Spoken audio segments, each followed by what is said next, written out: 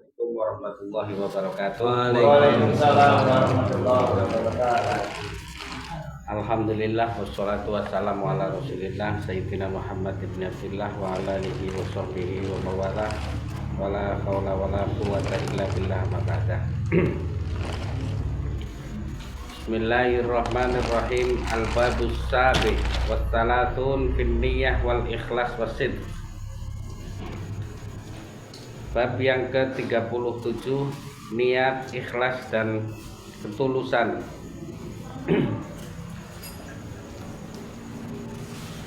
Wa qala Nabiyyu sallallahu alaihi wasallam, innamal a'malu binniyat. Sesungguhnya amal tergantung pada niat. Wa qala alaihi salatu wassalam, annasu arba'atun. Manusia itu ada 4 golongan. Rajulun atahullahu ta'ala ilman wa malan. Seorang yang diberikan Allah ilmu dan harta. Fahuwa ya'malu bi'amalihi fi malihi. Dia kemudian melakukan amalnya fi malihi pada hartanya. Fayaqulu rajulun, kemudian dia menggunakan hartanya untuk mensedekahkan maksudnya. Fayaqulu rajulun, kemudian dia berkata, rajulun lau atani Allahu mislama ata fulanan kuntu amalu kama amil fahuma fil ajri sawa. Kemudian seseorang yang mengatakan, jika Allah memberikanku sebagaimana yang diberikan kepada dia fulan, kuntu amalu kama amal, maka aku akan melakukan sebagaimana yang ia lakukan. Fahuma fil ajri sawa, dan dia dalam pahala sama-sama besar. Wa fi haditsil Ahnaf, idzal taqa al muslimani, jika dua orang muslim bertemu, bisayfihima, dengan membawa pedang, fal qatil wal maqtul finnar, pembunuh dan yang dibunuh di neraka. Qila ya Rasulullah hadzal qatil fama balul maqtul. Maka ditanyakan kepada Rasulullah, wahai Rasulullah, orang yang dibunuh masuk neraka itu pantas, orang yang membunuh masuk neraka itu pantas. Fama balul maqtul, maka bagaimana dengan orang yang dibunuh? Qala, maka Rasulullah menjawab, li'annahu arada qatla sahibihi, karena orang yang dibunuh menginginkan untuk membunuh pembunuh. Wa qala alaihi salatu wassalam, man tatayyaba li ghairillahi ta'ala jaa yaumal qiyamah wa rihuhu antam minal jifah. Barang siapa yang memakai pengharum kemudian bukan karena Allah, maka pada hari kiamat dia akan datang dengan bau yang lebih busuk daripada bangkai. Wa man tatayyaba lillahi ta'ala jaa yaumal qiyamah wa rihuhu atyabu minal misk. Dan orang yang datang pada hari kiamat dan orang yang memakai pengharum karena Allah Subhanahu wa ta'ala, maka pada hari kiamat dia akan datang dengan bau yang lebih wangi daripada misik. Bayanu haqiqatun niyat. Penjelasan hakikat niat. I'lam anna niyah wal iradah wal qasdu ibaratun mutawaridah ala makna wahid. Niat itu niat, iradah dan niat, kehendak dan tujuan menyeja itu adalah ibarat dari persamaan makna. Wa huwa halun wasfatun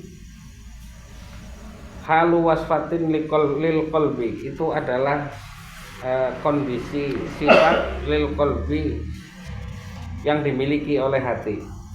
Yaktanifuha iktiranu ilmi wal amal, al ilmu lahu kal taqaddumiyah. Ilmu bagi niat itu seperti pendahulu, wasyar dan syarat, wal amal yattabi'uh, dan amal itu mengikutinya. Fan niyat ibaratun anil iradah al mutawassithah bainal ilmi as-sabiq wal amal al-lahiq. Niat itu ibarat daripada kehendak yang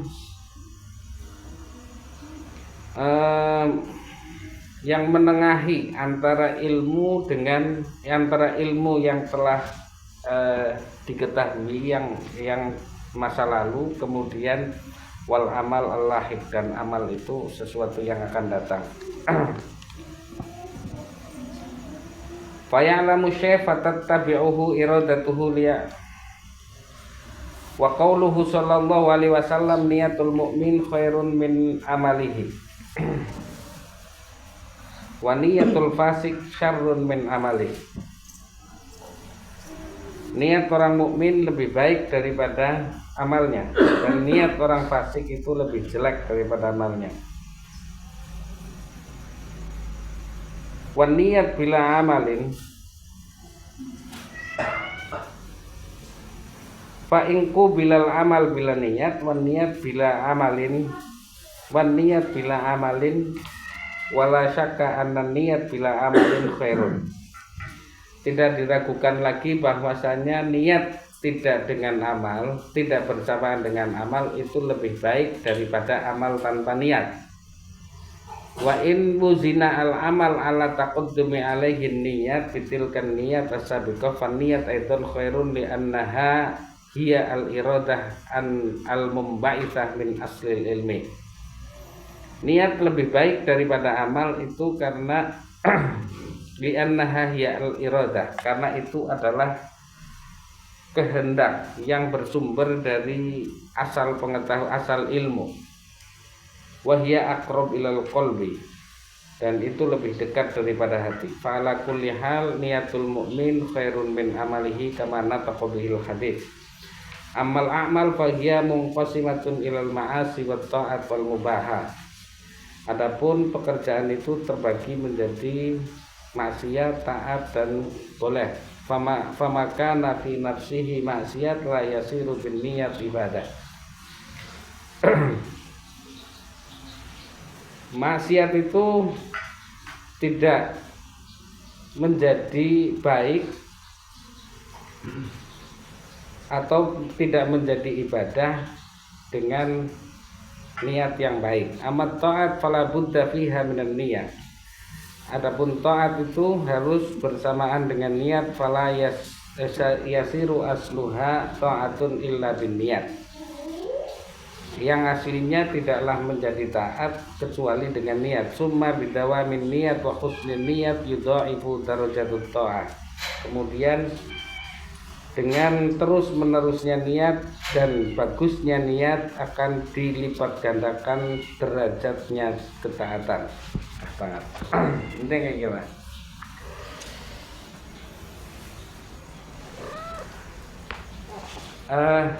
Salah satu yang menyelamatkan kita yaitu min rubu'il munjiyat, dari seperempat yang menyelamatkan manusia itu adalah niat, kemudian ikhlas dan tulus gitu. Nah, niat itu sebagaimana yang ada di dalam hadis yang dikatakan oleh Rasulullah, innamal a'malu binniyat, sesungguhnya amal tergantung kepada niatnya. Kemudian di dalam kaidah al-fiqhiyah itu mengatakan bahwa al-umur bimaqasidiha, suatu perkara, semua perkara itu tergantung pada niatnya. Jadi angger ana wong kok puji-pujian nang masjid, niate anu nunggu imam, kira-kira oleh pahala apa ora? Misalnya maca Asmaul Husna, niate nunggu imam, daripada mikirna sing ora bener, akhirnya malah kesuh maring imam sing ora teka-teka.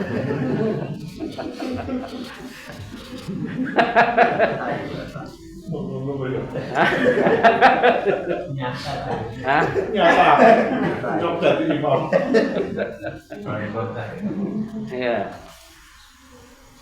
Lah, itu innamal amalu binniyat, tergantung pada niatnya.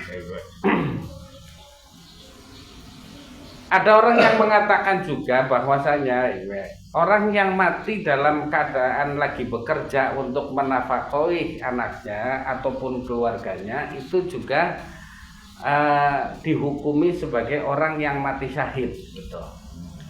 Nah, kita kan setelah membahas niat nggak terima ini dengan hadis seperti itu, bahwasanya orang mati syahid kok kayak kepenak nemen kerja macul nang sawah kepacul ndase. Kualik.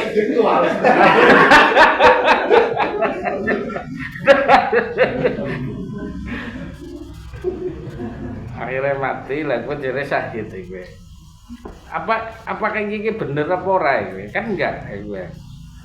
Jadi tidak semua orang mati dalam kondisi kerja kemudian dihukumi sebagai orang yang mati syahid. Walaupun memang hasil tersebut nanti akan buat anak dan istri, gitu. Ataupun gomondokna ataupun apa dan lain sebagainya. Itu ketika mati bukan berarti dia itu mati syahid, gitu. Lah karena bisa jadi ketika dia mau kerja, bisa jadi gue kur golek untung tok niate ki anggar nyong ora kerja esuk ki engko nyong ora li semene iki potong gaji.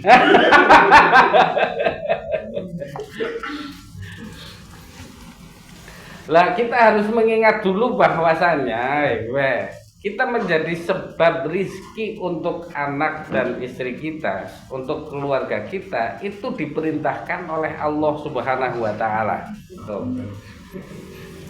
Maka ketika mau kerja, ya ahlan wa sahlan dengan atau labbaik dengan apa yang diperintahkan oleh Allah kepada kita, bahwasanya kita itu sedang ditempatkan oleh Allah untuk menjadi penyebab rizki daripada anak dan istri kita, gitu. Kini perintah Gusti Allah. Anggar berarti nek jam 7 kaya mangkat dagang ya aku diperintah nang Gusti Allah. Lah gue wong kaya gue ketika mati tembe mati dalam kondisi syahid gue. Ya. Sampai anggar niate gue golek tuntung ya boro-boro syahid. Ini 7 kilo. Mana?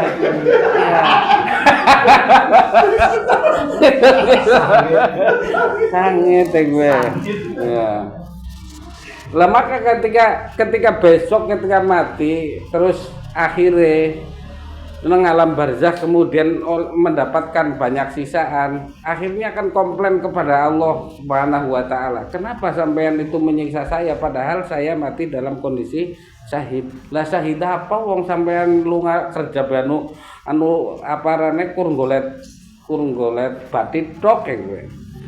Lah disinilah yang kemudian perbedaan antara niat dengan niat perintah Allah Subhanahu wa Ta'ala, dengan niat mengikuti hawa nafsu kita. Kita itu jualan itu mengikuti hawa nafsu kita, tunduk terhadap perintah nafsu kita ataukah kita tunduk dengan perintah Allah gitu. Ya, lagi paling angel gue soal lagi paling angel. Ayo dodol aku gila karo bojone. Iya makanya saking angele kemudian nang tabarok itu Allah Subhanahu wa taala mengatakan ya. Tabarakalladzi biyadihil mulku wa huwa ala kulli syai'in qadir alladzi khalaqal mauta wal hayata. Kenapa Gusti Allah itu mendahulukan kematian daripada mendahulukan kehidupan kalimatnya? Alladzi khalaqal mauta. Dialah yang menciptakan kematian. Wal hayata, kemudian dan yang menciptakan kehidupan. Kan mestinya kehidupan dulu, kemudian baru kematian. Lah, pesan daripada di dalam surat Tabarok ini adalah agar kematian itu selalu ada di hadapan kita. Sing akhirnya, ketika mencari uang, itu uangnya tidak ada di depannya, sama. Ya. Tapi gue angel banget gue. Iya loh. Uang di belakang. Kerja dulu nanti tanggal 21 bayar. Lah kayak gue maksudnya kayak pekerja kabeh.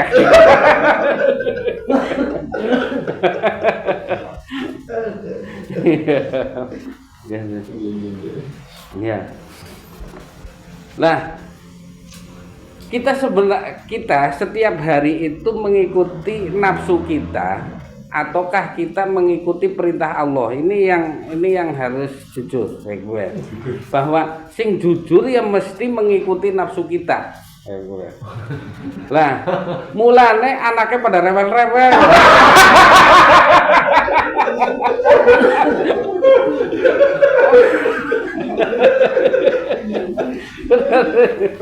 Ya. Sementara yang rewel bojone tahu. Nah, ya pada baik jadi.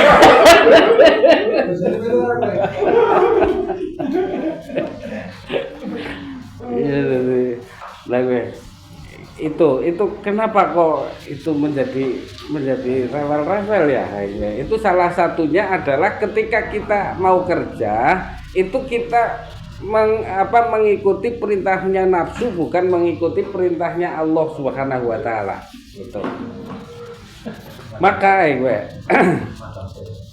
segala sesuatu ketika bekerja itu angger sudah mempunyai pedoman seperti ini apapun bisa kita lakukan dan mendapatkan pahala walaupun pahala kadang orang diminati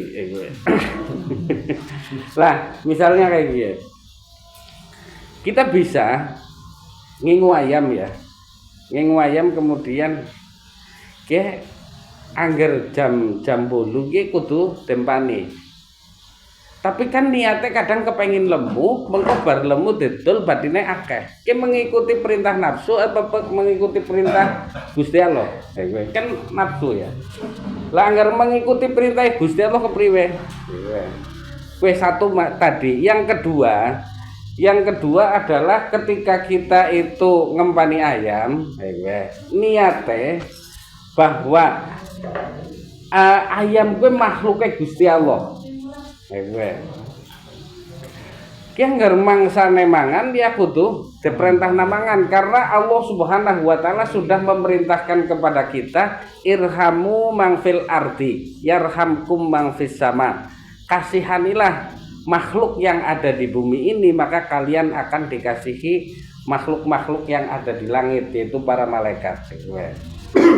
Jadi di situ Gusti Allah akan ngerasa bangga.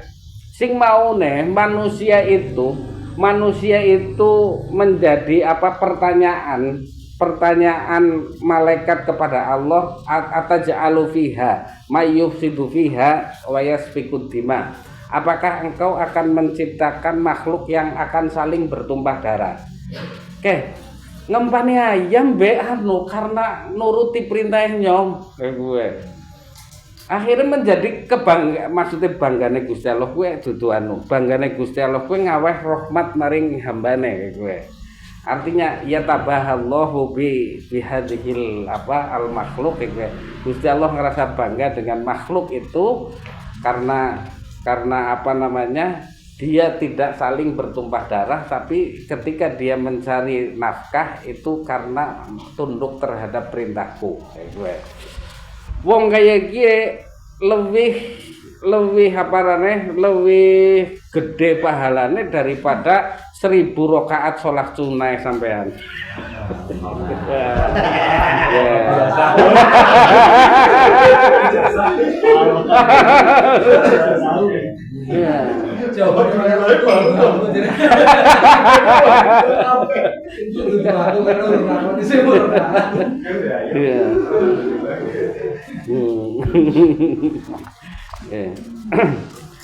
Lah itu niat itu seperti itu. Jadi bisa, tapi tatkala kita itu tidak mengetahui bahwa kita itu diperintahkan oleh Allah untuk menjadi penyebab rezeki anak dan istri kita, maka kita tidak akan bangkit di dalam diri kita kehendak untuk melakukan niat seperti itu. Baik. Maka berarti agar kita itu benar-benar niatnya gue bisa benar-benar apik, itu harus banyak wawasan juga untuk bisa kepriwe carane niat. Nah, karena tidak mengetahui niat, akhirnya banyak sekali amal perbuatan yang kelihatannya seperti amal akhirat tapi menjadi amal dunia. Seperti sarungan karo ketuan ya.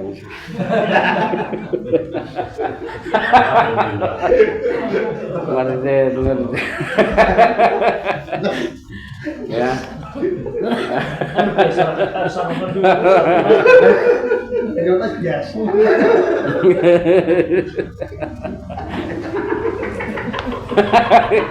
Pas kabus. Iya. Ketika niat itu hanya arep nglomboni bojone. Bojoku wis madan berubah gitu. Lah itu hanya mendapatkan mungkin efek seperti itu terhadap istri, tapi tidak mendapatkan pahala. Pahala ini yang saya maksud adalah upah ini bukan upah secara materialis gitu loh. Tapi upah di mana engkau dengan begitu itu akan didekatkan dengan Allah Subhanahu wa taala gitu. Nah, amal yang tadinya kelihatan amal akhirat itu menjadi amal dunia. Makanya di dalam hadis yang diriwayatkan oleh Imam Malik kalau nggak salah, bahwa ada orang yang beramal dengan amalnya ahli surga, kemudian dia antara surga dengan neraka kurang 1 diro, kemudian beramal dengan amalnya ahli neraka, akhirnya dia masuk neraka. Jadi kawit umur 15 tahun orang ini itu sudah taat kepada Allah Subhanahu wa taala secara lahiriah gitu. Lah kemudian matine umur 9 tahun kurang seminggu kon dilalah maksiat gue. Sing maune 15 tahun butul ngana gue. Ki kayonge pahalane akeh banget. Tapi pada akhirnya dia akan dimasukkan ke dalam neraka karena hanya beramal dengan amalnya ahli neraka ketika mendekati kematiannya. Betul. Lah ada juga yang sebaliknya, orang yang beramal dengan amalnya ahli neraka kayak gue. Wis pokoknya kemaksiatan apa bae dilakukan. Tapi kemudian dia antara neraka kurang 1 Diromnya maksudnya kurang sedikit lagi dia itu akan mati dan kemudian beramal dengan amalnya ahli surga, akhirnya dia masuk ke dalam surga. Lah di situ kan sampean akan melihat nindi keadilane Gusti Allah. Wong wis kesel-kesel ngamal sekang umur 15 tahun nganti butul 55. Kok kemudian 5 tahun berikutnya apa setahun berikutnya dia beramal dengan amalnya ahli neraka, akhirnya masuk neraka. Lah si jenis wali ke wis dhewe sugih uripe karepe dhewek apa-apane anak kok dheweke wis maksiate luar biasa. Dilalah arep matine tobat. Kan ngrugikna nyong padha.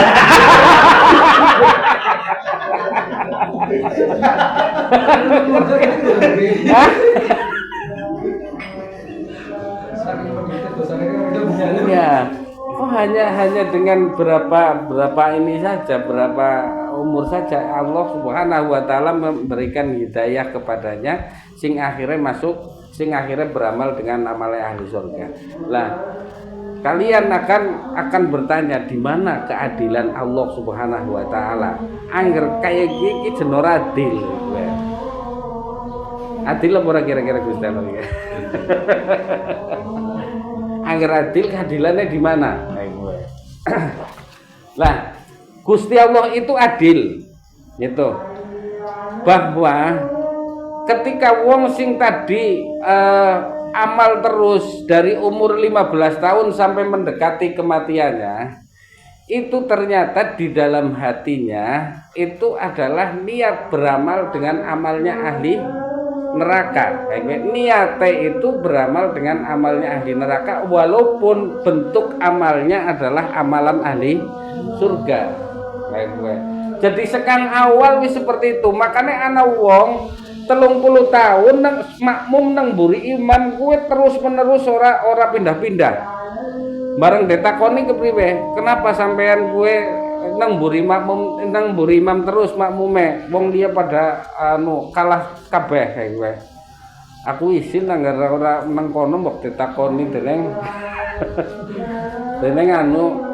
apa namanya wis nang sop loro kowe. Lah karena isin ditakoni mbok nang seploro itu sing kejelekane mbok nampak sing akhirnya dia selalu makmum di belakang imam selama 30 tahun. Maka amalnya dia tidak berfungsi sama sekali. Lah begitu juga, tapi sebaliknya ada orang setiap hari mabok. Setiap hari pokoknya luar biasa kejahatannya. Tapi di tengah malam dia selalu merintih kepada Allah. Wahai Allah, Engkau itu yang punya daya dan upaya.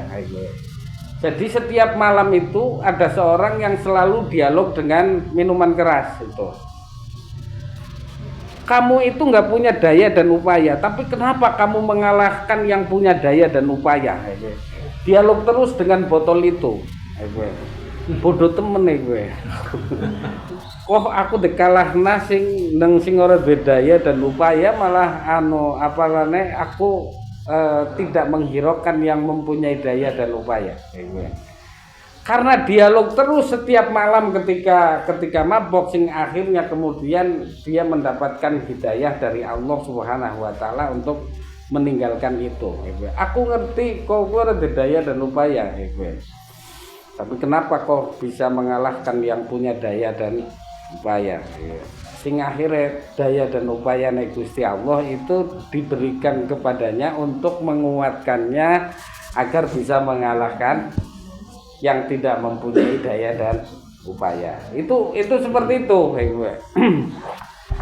Berarti di awalnya dia itu sudah taubat, sudah kembali kepada Allah. Maka lahiriahnya dia beramal dengan amal yang tidak baik sekalipun, tapi di awalnya batinnya itu sudah bersih menuju kepada Allah Subhanahu wa taala. Itu maka di akhir hayatnya dia akan menemukan husnul khotimah. Lah tapi aku ingin takon maring muslimat nang anu ya pengajian nang masjid gede lah lumayan nang Banjaranyar akeh banget. Tapi kudu ngerti bahwa yang menyebabkan kita itu mati dalam kondisi su'ul khotimah itu banyak sekali. Gitu. Ketika engkau tidak melihat kasih sayang Allah pada saat engkau goreng bakwan, maka itu adalah salah satu yang akan membawamu mati dalam kondisi su'ul khotimah. Paham ya? Ini Dewi Daya dan upaya ya nang Gusti Allah terus tangannya dibelah-belah gitu. Rajin maning dibungkusi. Terus lah ketika melihat kasih sayangnya Allah di sini lah kemudian untuk memegang ulekan ataupun memegang apa namanya iya sholat apa iya Sutil. sekop lah dan garpu. Lah itu adalah penyebab seseorang mati dalam kondisi su'ul khotimah karena nikmat sing banget ketone kok kemudian orang keton lah ini. Jadi itu tadi saya mengatakan bahwasannya angger ana wong hidupnya dipenuhi dengan kemaksiatan tapi di dalam hatinya dia selalu kembali kepada Allah Subhanahu wa taala, ini adalah alamat husnul khotimahnya seseorang. Lah tapi di balik itu untuk mencapai pada husnul khotimah itu kita harus selalu melihat Allah di dalam setiap fenomena yang kita yang pekerjaan ataupun apa yang kita lakukan. Maka kita di situ akan mendapatkan apa namanya husnul khotimah ketika Allah mencabut kita. Gue sekarang goreng ya gue. Kira-kira nasi pernah kayak gue pura ya? Paling ngulek sambel kan. Ngulek sambel. Nangis padahal nangis karena bawang. Tutu nangis karena meratapi dosa-dosa kita, tapi karena memang bawang gue dari marakna. Lah tapi ketika di akhir seorang mendekati akhir hayat itu kalau di dalam Islam itu yang mestinya harus kita bangunkan adalah lebih dominan rasa harapan kita, bukan rasa takut kita. Karena sampai nasi madan suwe kayak ngene. Jadi esi madan rasa bedine kayak.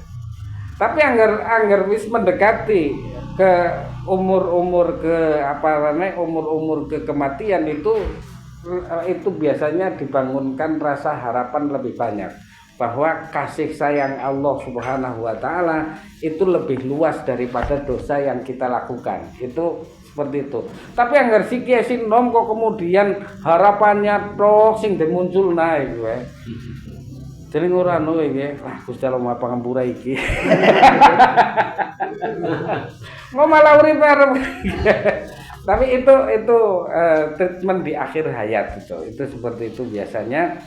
Sing para orang-orang soleh itu menggunakan itu untuk untuk harapan lebih besar. Ya Allah, aku ora bisa sholat bedaya dan upaya. Aku wis tua, tulangku wis repeh dan lain sebagainya. Kemudian saya sudah tidak bisa kuat menjalankan yang berat-berat. Saya hanya mengharapkan kasih sayang dari Engkau. Gue besok nggak sampean tua kita temut gue. Pasti ya. Lah ini niat yang harus kita ada di dalam diri kita. Kemudian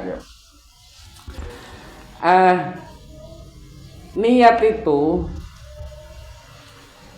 itu ada kalanya tunggal, ada kalanya ada kalanya tidak tunggal, yaitu dua, jamak. Ada kalanya lebih banyak dan lain sebagainya. Misalnya niat tunggal itu seperti ini. Ketika sampean lagi duduk di depan rumah, kemudian lihat ada singa yang kelaparan, sampean ketika melayunya niatnya apa? Hah?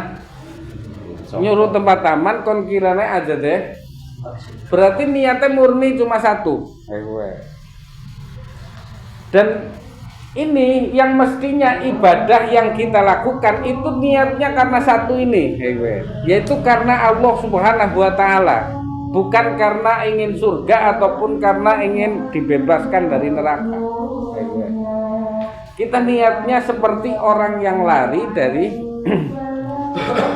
dari singa itu yang ganas. Kalau saya nggak lari pasti saya akan kemakan. Kalau saya beribadah harus karena satu, yaitu karena Allah Subhanahu wa taala. Nah, tapi kebanyakan niatnya orang itu begini, banyaknya itu pada orang melakukan sholat.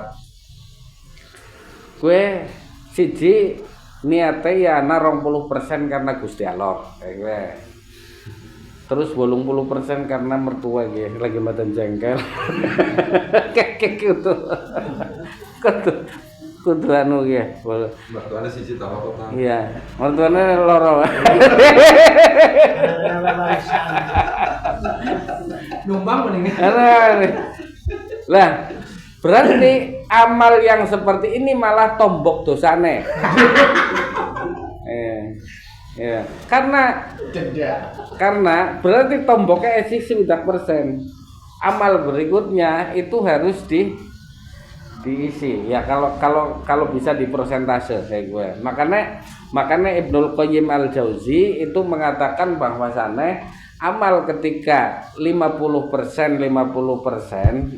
satu niatnya karena yang lain, 50% berikutnya karena Allah, maka kena purpuran orang oleh ganjaran ya orang oleh dosa. Dari Ibnul Qayyim Al-Jauzi. Tapi anggar sing wis 70% itu biasanya oleh kasih sayang Allah Subhanahu wa taala. Jadi ini niat itu seperti itu. Lah, adapun maksud niat yang banyak itu tapi tetap mengerucut kepada Allah.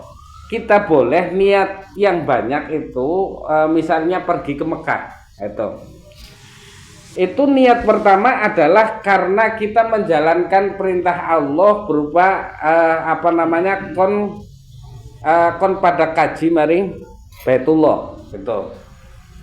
Lah, niat yang kedua adalah karena ini contoh untuk yang sudah haji ya? Iya, berarti wis kadung kaji maksudnya.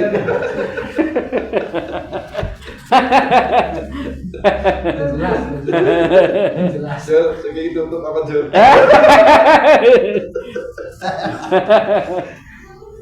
Niat yang kedua itu biasa adalah kepengin oleh keberkahan langkah Kanjeng Nabi yang ada di situ, kemudian telapak kaki yang beliau dulu pernah menginjak tanah tersebut, kita sama-sama menginjak tanah tersebut. Nah, akhirnya kita mendapatkan keberkahan. Dulu ketika air yang ada di situ itu digunakan untuk Kanjeng Nabi mandi, kemudian ada proses hidrologi ya. Mungkin airnya ya ditarik ke atas juga yang turun lagi ke situ, kemudian untuk mandi kita itu kemudian mendapatkan keberkahan mandi dengan air yang dulu mungkin pernah dipakai oleh Rasulullah SAW. Kita rindu dengan itu atau kita akan ingin melihat kelahiran rohaniah kita. Kalau kelahiran jasad kita itu ada di sini, tapi kemudian kelahiran rohaniah kita ada di sana gitu. Maka dengan itu kita akan rindu. Setiap orang mesti rindu dengan tempat kelahirannya. Wis ngono sampean tempat desane sampean ora angel golek ekonomi nanaha tapi sampean tetep kepengin bali mari ngono bae. Gitu lah. Angel nggone tempat ekonomi wis kadang sumpek tapi wis karena banget akeh bangunannya tapi karena apa namanya? Karena itu tempat kelahirannya itu sampean akan rindu. Lah beberapa niat itu tetap mengerucutnya karena Allah Subhanahu wa taala. Maka itu tidak masalah dan silahkan dibanyakkan niat seperti itu kayak gue. Lah, tapi yang mengerucutnya tetap satu itu. Ya. Nah, kemudian yang terakhir ya, banget ya. Yang terakhir ya, amal perbuatan yang kita lakukan itu ada taat, ada mubah dan ada yang maksiat. Lah, maksiat itu tidak akan berubah dengan niat baik kita. Misalnya kita merampok untuk memberikan makanan kepada anak miskin ataupun anak-anak yatim dan lain sebagainya. Itu tidaklah merubah bahwa aktivitas niat itu tidak merubah amal perbuatan manusia. Tapi jika amal perbuatan itu berbenturan dengan kemaslahatan yang lebih besar, misalnya kita melakukan kemaksiatan yang lebih kecil demi menghindari kemaslahatan demi menghindari bahaya yang lebih besar, itu adalah boleh, tapi tetap hukumnya dosa. Seperti menghancurkan perahu karena khawatir diambil oleh raja yang zalim. Merusak perahu setitik itu tidak masalah daripada diambil oleh raja yang zalim. Itu pelajaran yang dapat diambil dari Nabi Khidir, kisah Nabi Khidir dengan Nabi Musa alaihissalam yang dikutip oleh Muhammad Al-Waqidi dalam kitabnya Fiqh Al-Aulawiyat, fikih prioritas. Nah itu adalah niat. Jadi pengetahuan yang banyak akan menjadikan tumbuh di dalam diri kita satu pemicu kita untuk melakukan sesuatu. Lah, pemicu jika bukan karena Allah, maka apa yang dilakukannya tidak mendapatkan pahala atau tidak mendekatkan diri kita kepada Allah Subhanahu wa taala. Tapi kalau pemicu itu karena Allah Subhanahu wa taala, maka kita akan mendapatkan pahala berupa didekatkannya kita kepada Allah Subhanahu wa taala. Itulah niat dulu. Monggo.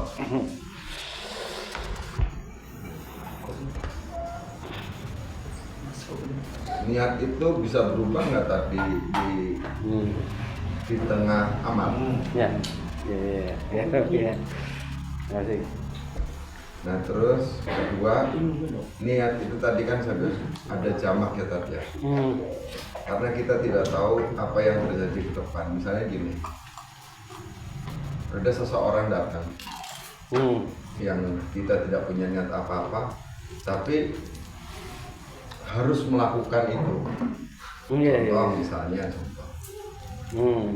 saat kita berjalan atau apa, di tengah jalan terjadi sesuatu, kita harus menolong orang itu.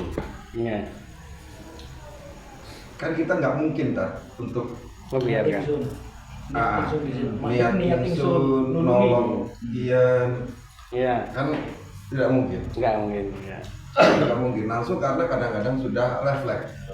Refleks misalnya contoh, karena balik lagi ke yang awal ya tadi ya, karena akhlak itu suatu perkataan atau perbuatan yang tanpa melalui proses berpikir. Ya. Kan itu salah satunya kan seperti itu tadi. Sehingga itu buah dari akhlak itu kan adab. Nah itu kan udah nggak ada niat lagi tuh kan. Karena refleks. Refleks nolong aja. Tapi kalau kejuli kan refleks ngomongin. Refleks dulu tak bisa rasa minyak. Ya.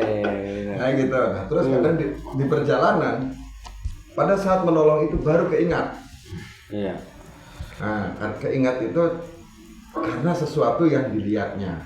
Ya. Balik, ini real aja kejadiannya. Ya. Pada saat dompet seseorang jatuh, Ya. refleksnya kita adalah mengambilkan, terus kemudian menyerahkan. Ya. Itu refleks, akhlak kita, Ya. adab. Oke. Terus kemudian pada saat dilihat, disinake. Ya. Nah, gitu kan? Akhirnya berubah ya. Ya berubah kan niat, kan gitu. Ya. Bahkan di enak-enak paling dipainnya museum perak gini kayak mah. Iya. Kan gitu. Ya. Nah, apalagi ini orangnya sering ngaji ke Ustadz Rijal. Bahkan di enak-enak kayak wong ini nganggo maksiat gitu.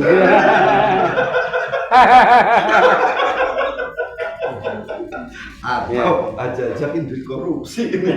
Iya. Kan bisa jadi terjadi seperti itu, tak? Iya. Nah, itu dengan tadi kategori lihat yang Berubah. tadi. Ya.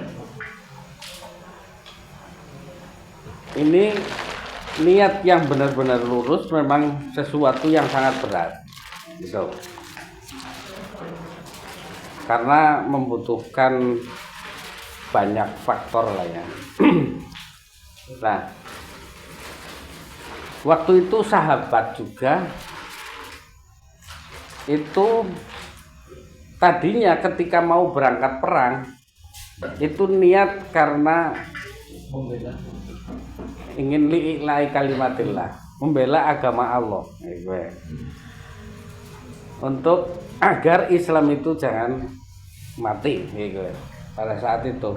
Nah kemudian ketika sahabat Ali itu duel sama musuh di perang, di peperangan itu, akhirnya sahabat Ali sudah siap menusukkan pedangnya ke orang tersebut.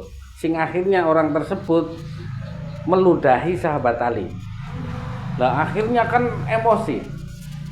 Setelah emosi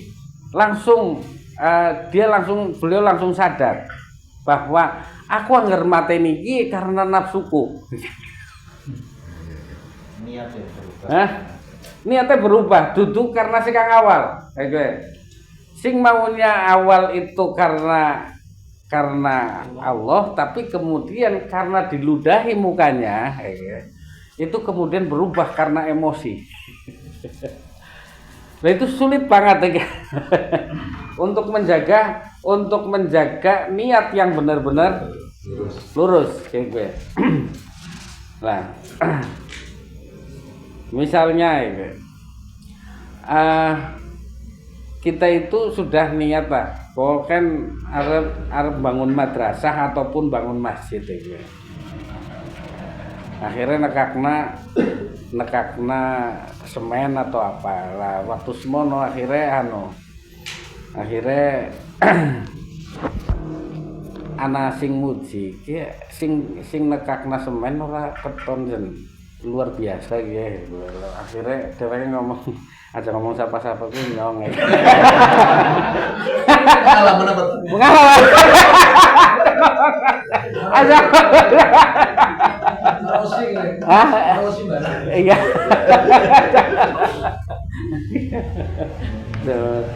Akhirnya berubah total lagi. Nah, maka apakah pahala itu langgeng? Tidak. Pada saat itu sudah terputus pahala itu. Maka pahala itu dibatalkan oleh niatnya sendiri. Nah, maka itu niat itu ya perubahannya seperti itu lah. Kita memang tahu bahwasannya singarane akhlak itu adalah perbuatan yang kita lakukan dengan spontan. Tapi kespontanan itu karena sudah menjadi kebiasaan setelah dulu mungkin pernah berjuang gitu ya. Pernah berjuang untuk menjadi kebiasaan. Maka saya dulu itu dikasih sajadah oleh Syekh Abdul Fattah Bazem di Syria. Nah, waktu itu suruh karena dalam 1 tahun perputaran itu ada 1 Jumatan yang untuk donasi untuk Ma'had saya Al-Fatah waktu itu. Lah saya disuruh untuk nungguni di Jami' Roisi, yaitu di pusat kota Damaskus. Tapi bukan masjid yang paling besar itu Masjid Tomawi. Itu namanya Masjid Roisi. Lah di Masjid Roisi saya menggelar itu. Lah ada orang yang ngasih uang sangat banyak banget itu. Kalau dinominalkan itu mungkin ya sekitar 25 juta rupiah. Dulu ya.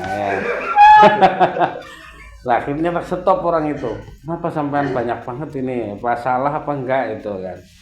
Lah ternyata dia menjawab, dulu itu saya itu ngasih 1.000 itu. Itu berat banget.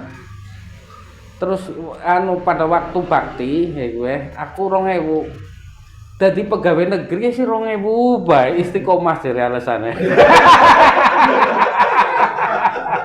Jadi alasannya istiqomah. Al istiqomah Abdul min alfi karomah.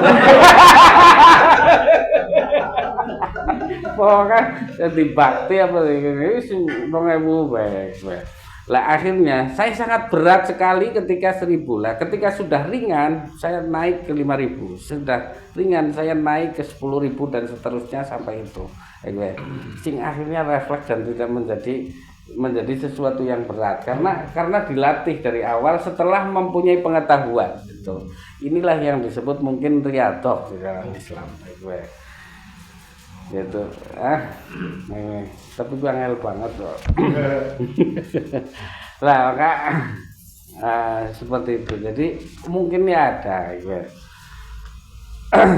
ada perubahan di tengah jalan dan lain sebagainya. Maka yang kita minta adalah maka wong Islam itu wong taat itu lebih membutuhkan kasih sayang Allah Subhanahu wa taala daripada orang yang maksiat.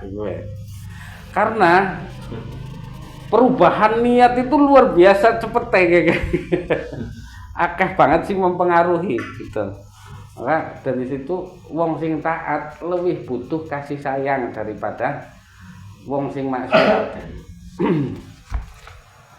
Wis taat kok akhirnya mlebu neraka bae kan rugi. Kalau orang maksiat kan tergelincirnya menjadi orang taat. Ya. Taat tergelincirnya paling tidak maksiat. Langka. Artinya pasti pun jadi. Ya. Kalimatnya mungkin langka wong sing wong maksiat kuwi sing tergelincir maring taat kowe. Tapi angger wong maksiat mesti wong taat mesti tergelincir maring maksiat kowe. Langka wong sing anu. Jadi ya kalau menurut saya ya itu nggak ada istilah itu gitu loh. Jadi sing ana istilah ya taat tergelincir nang maksiat kowe. Langka wong keplarak duit 1 miliar ki langka.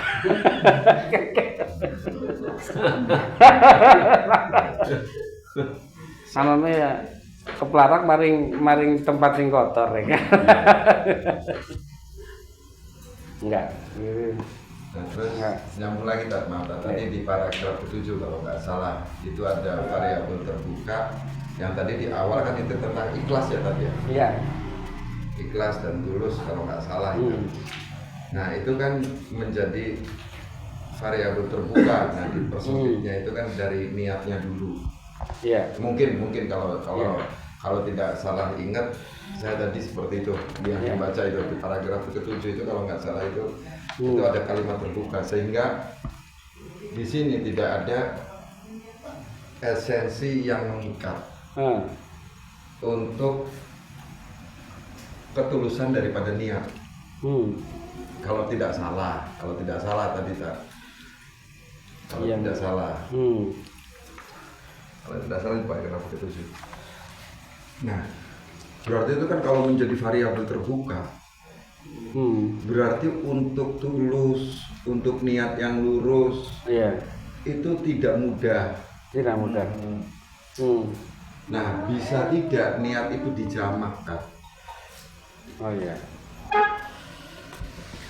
Kan gitu, di situ mungkin ada itu. Kalau itu jadi kalimat terbuka yang lebar banget itu, kalau nggak salah. Yang niatul mukmin khairun. Yang ini awalnya kan itu kan di plus, terus kemudian niat itu menjadi perantara. Iya. Atau di tengah-tengah. Di tengah-tengah ya. Antara ilmu dan amal. Ya. Kan itu kan jadi kalimat terbuka itu tak. Iya. Nah, sedangkan ilmunya sendiri atau itu adalah kalau definisi saya ya tadi sekumpulan pengetahuan yang sudah dijamin kevalidannya. Iya, betul. Kan itu ilmu. Ya. Nah, kemudian niat itu kan dipengaruhi oleh pengetahuan kan. Iya. Itu pasti ada dipengaruhi. Sehingga di situ menjadi kalimat terbuka. Jadi orang yang berilmu pun ada kemungkinan tergelincir dan tidak beramal. Tidak beramal, ya. Kalaupun beramal, ada harganya. Contohnya sekolah NU Ma'arif sing jaluki SPP ning muridé lah. Iya. Kan konsepnya berarti kan itu kan menyampaikan ilmu, menyampaikan pengetahuan. Iya. Amalnya dengan mengajar. Iya. Kan kalau sekolah negeri iyalah jelas.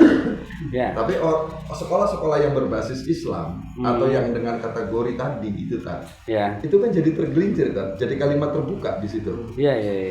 Niatnya kan menyampaikan ilmu, kok nuntut bayaran. Iya. Bahkan kalau nggak bayar nggak boleh ujian atau nggak boleh ikut tes. Ya. Tergelincir kan di situ. Di kalimat itu loh. Kalimat bukan kepada subjeknya bukan. Iya, betul. Kalimatnya.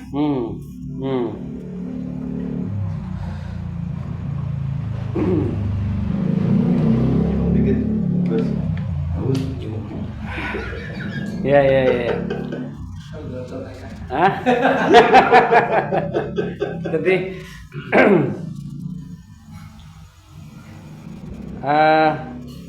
memang waktu dulu di zaman sebelum Syekh Nawawi Ad-Dimsyiki itu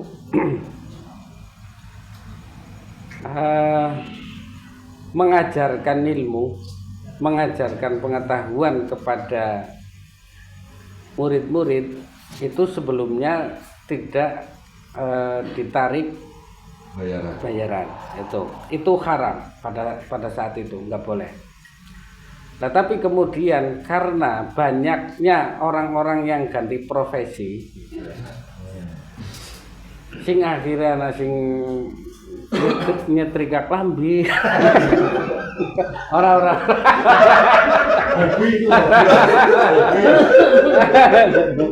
soalnya ngaji. Kalau semani dengan sing dodolan dure. Lah sing akhirnya itu ijtihad ini dimulai dari ijtihadnya Imam Nawawi bahwasanya mengambil upah dari pengajarannya itu diperbolehkan. Hanya saja bagi orang yang ngajar itu jangan niat ke situ maksudnya. Iya. Tapi kan ini notabene 99% kan sekolah bisnis tadi. Sekolah bisnis. Iya, bodoh yang bodoh, bentar. Iya. Asal orang Ramadan sih. Iya. Ramadan puasa ya. Sama lu, Mas. Ya itu bukan berbahaya sih kalimat yang tadi itu di paragraf tadi itu itu jadi kalimat terbuka gitu.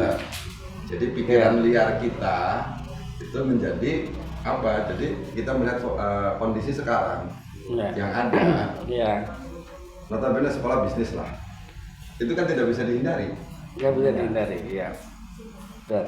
Kan gitu. Bahkan yang disubsidi saja masih narik duit pakaian. Banyak banget. Ya kan? Banyak banget. Kalau nota mah nih. Iya, kalau nota mah nih, kan, gitu kan? Iya. Yang seharusnya jadi lembaga pendidikan jadi lembaga pasar kaget. Iya.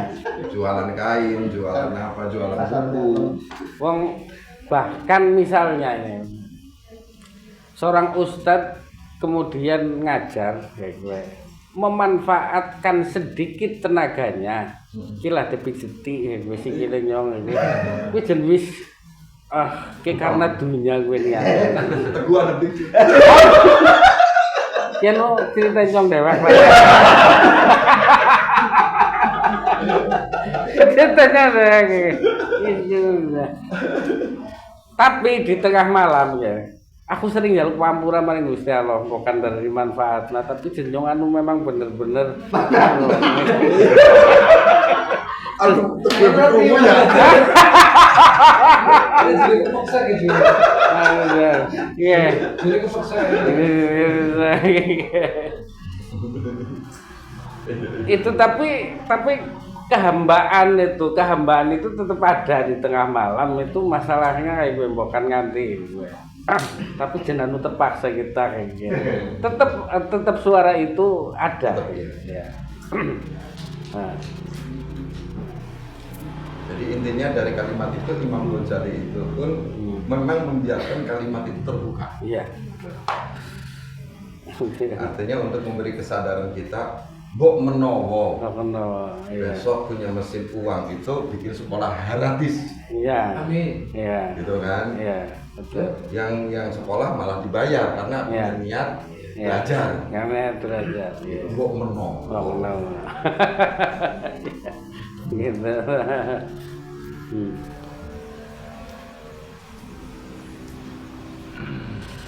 Gitu. Monggo, ya, monggo. Mas Adi mau tanya ke Mas Adi tadi mau tanya. Aku tak berdaya. Kalau botol apa ini? Iya. Ambi.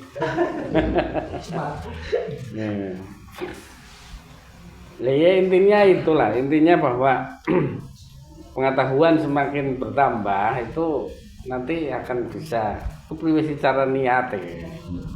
Akan pendorong kita melakukan sesuatu, energi apa istilahnya lah. Yang untuk melakukan sesuatu itu lurus gitu loh. Ya. Berarti kalau gitu mungkin ada treatment kan? Treatment itu ada cara licik lah tapi licik. Jadi dari awal apapun itu diniatin. Ya. Semua lillahi ta'ala. Ya. Dan kedua diniatin juga. Lepas dari ingat tidak ingat. Jika ada tergelincirnya niat atau terbukanya niat. Itu juga minta ampunannya Allah. Iya. Gitu. Itu berarti ada treatment itu mungkin tadi treatment itu jadi sehingga kalau kita melakukan sesuatu tindakan atau apa adanya niat tanpa niat sudah di awal tadi. Iya, betul. Di awal tadi. Iya. Kira-kira gitu ya. Iya, betul. Iya. Treatmentnya boleh. Tapi ada di situ kan? Ada. Sudah. Diumpetin dulu.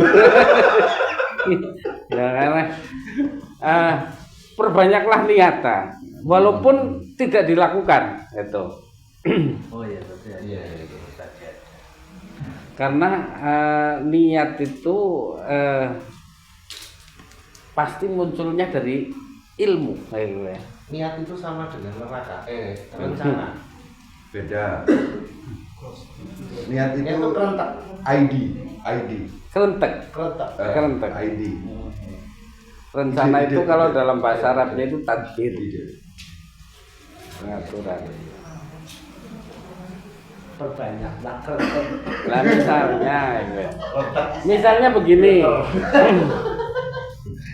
Ini dikisahkan juga oleh Imam Ghazali bahwa anggar sampean jalan-jalan di tepi pantai, kemudian wetenge lara karena kencot, ya, karena kencot waktu, mesti kan muncul keinginan, anggar pasir ini adalah beras. Ya tetap bagaimana wong sing pada kencot juga ya. Oh itu. Nah itu sudah masuk ke dalam daftar sedekah yang sangat banyak itu. Mulane besok itu di akhirat ada tulisan tontonan sedekah beras dari kita, walaupun kita nggak pernah ngasih, kan nikmat. Wis ora pernah ngaweh tapi ana catetane. Tapi iki berlaku ngomong ora duwe tok.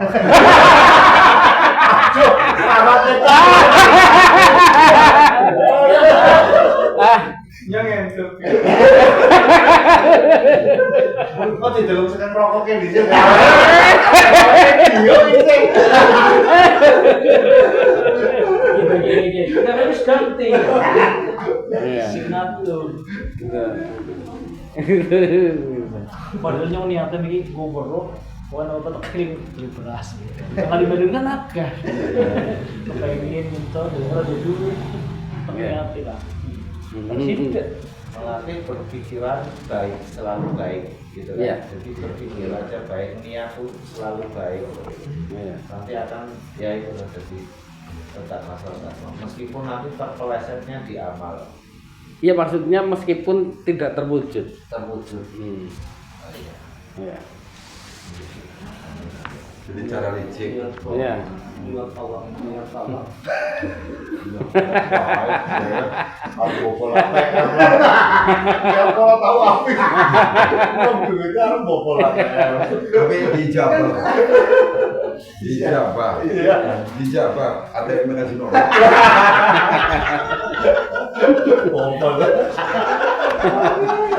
Iya.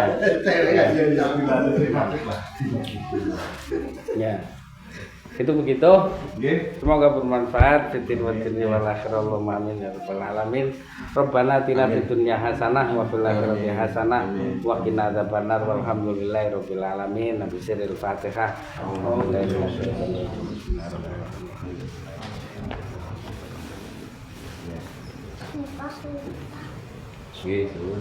Wassalamualaikum warahmatullahi wabarakatuh. Waalaikumsalam warahmatullahi wabarakatuh.